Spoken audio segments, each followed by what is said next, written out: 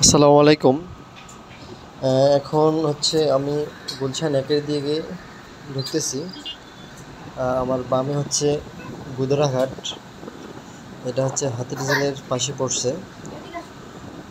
গুলশান এক দিয়ে হচ্ছে আমি এখন ইসিবি চত্বরে ঢুকবো। এখন গুলশান একে চত্বরে সোজা হচ্ছে মহাখালী, আর বামে গেলে হচ্ছে পুলিশ প্লাজা দিয়ে শান্তা টাওয়ার যাওয়া যায়। এখন আমি হচ্ছে যাচ্ছি ডান দিক দিয়ে হচ্ছে গুলশান 2 হয়ে ইসিবি চত্বরে ঢুকবো। আজকে বেশ মোটামুটি হচ্ছে গুলশান এলাকাটা মোটামুটি ফাঁকা এলাকা, বলা চলে একটা নীরব শান্ত এলাকা। এরকম কখনো আমি দেখিনি। এর কারণটা হচ্ছে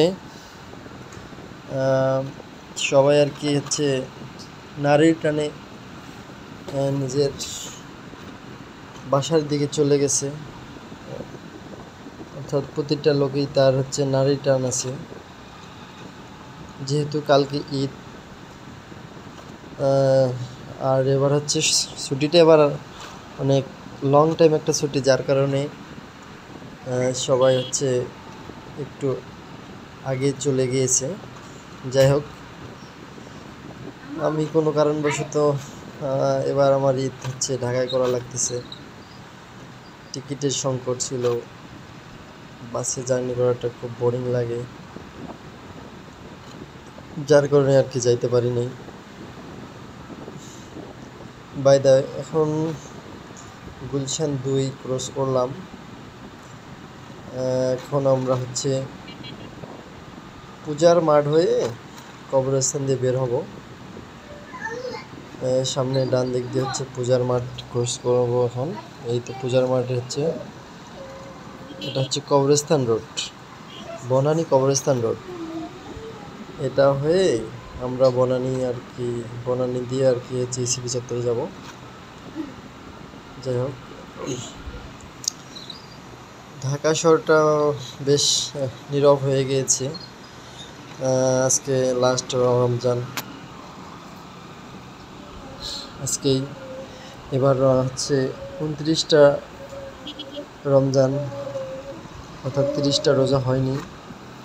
যাই হোক, আল্লাহ তাআলার হুকুম ছিল বিধায় এবার হচ্ছে 29টা রোজায়, কালকে ঈদ।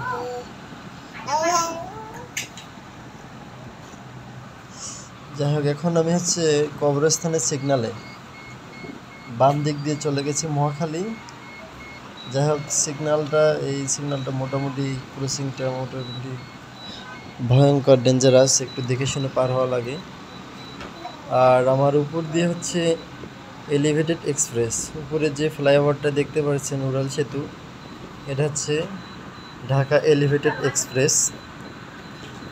এখন এই তো বাম দিকে দেখতেছেন, বামে হচ্ছে আপনার ডানে হচ্ছে নৌবাহিনী হেডকোয়ার্টার, তার একটু পরে হচ্ছে আবার ডানে এটা হচ্ছে আর্মি স্টেডিয়াম বলে। বাই দ্য এখন আমরা হচ্ছে বনানী ফ্লাইওভারে উঠবো। এই তো বনানী ফ্লাইওভারে উঠে গিয়েছি। সোজা ডানে হচ্ছে ডান দিক দিয়ে গেলে হচ্ছে আমরা পাবো হচ্ছে এয়ারপোর্ট, ডানে সোজা হচ্ছে এয়ারপোর্টের রোড। হ্যাঁ, এটা দিয়ে এয়ারপোর্ট, আর বামে হচ্ছে মিরপুর।